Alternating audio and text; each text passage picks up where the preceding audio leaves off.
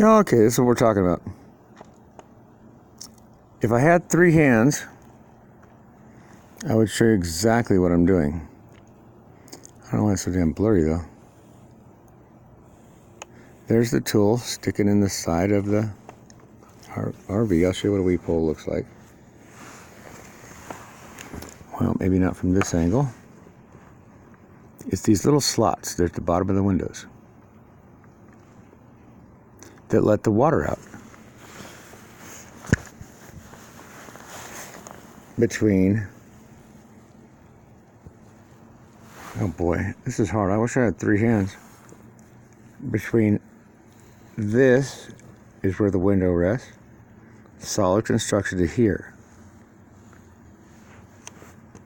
And then you have this screw joint.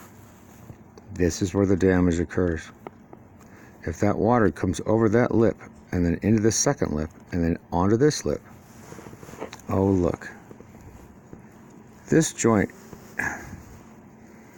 is not tight. I'm sure it has a seal on it. This is a 2004. But it's not designed to take the water on the inside. See that? That joint. So the water's got 2 chances to get outside. Because if it doesn't, this is not a good. Let me see how I do it this way. Well, you'll hear it anyway. You get this bulge. See that? It's delaminating on the inside. Now they make epoxy. I'll have to drill some holes and shoot a rubber hose up in here like this. And then come up here with a piece of plywood and some weight behind it and push it, because it don't take that much force to push it back together. But you'll have to stabilize it with that epoxy.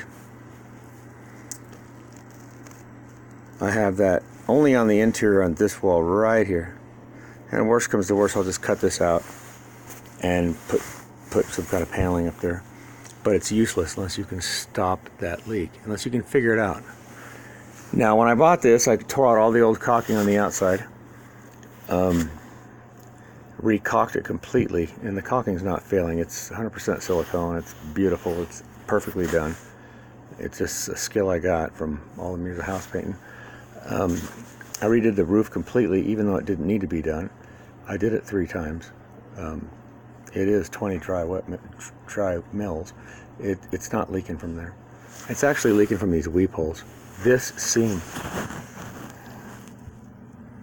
This light's a little too bright. But this seam.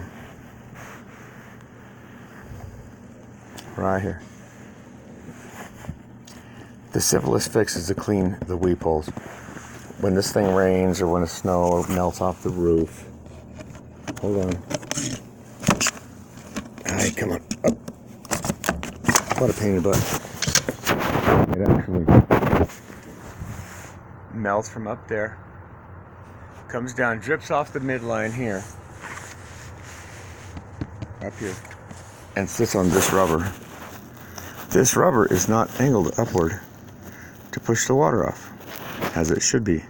It's actually angled backward, as it shouldn't be. Hence the reason for these weep holes in this frame to the outside to push it back outside. Like I said, it's a 16-year-old trailer, and I would hate to, if I can make a buck on it, great, but if I can fix other people's trailers, even better. Because this stuff is avoidable. Totally, you can see the carpet line. It's totally avoidable with just regular old routine stuff. I mean, I don't know why they don't tell you this when you buy them. Except for they want to make money. But for anybody having that problem, you can contact me at jamesorcutt599@gmail.com, and I will put my mind to it. I certainly will. Because I'm learning this as I go through my own experiences of my first RV, a 36-foot Class A, 1999, and fixing everything on it. And this fifth wheel, a 2003.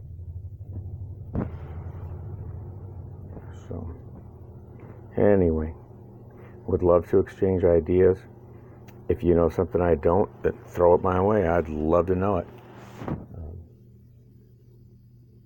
But again, you can contact me at James Orcutt, JAMESORCUT 599 @gmail.com. Thank you. It's been my joy.